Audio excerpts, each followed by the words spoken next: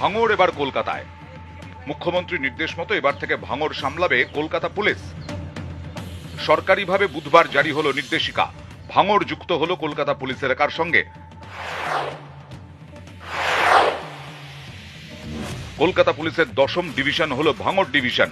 এই ডিভিশনে 2 জন ডিসি পদমর্যাদার অফিসারের অধীনে থাকবেন 4 জন অ্যাসিস্ট্যান্ট কমিশনার। ভাঙড় ডিভিশনের অধীনে থাকবে 8টি থানা। ভাঙড়, হাতিশালা, পোলেরহাট, উত্তর কাশীপুর, বিজয়গঞ্জ বাজার, মাধবপুর, চন্দনেশ্বর ও বোদ্রা।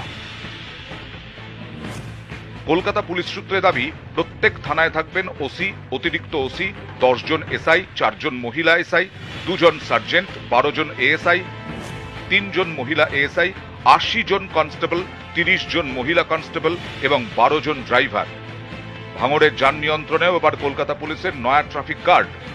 ভাঙড় ট্রাফিক গার্ডে থাকবেন 1 জন অ্যাসিস্ট্যান্ট কমিশনার, 2 জন ইন্সপেক্টর, 15 জন সার্জেন্ট, 15 জন এএসআই এবং 100 জন কনস্টেবল।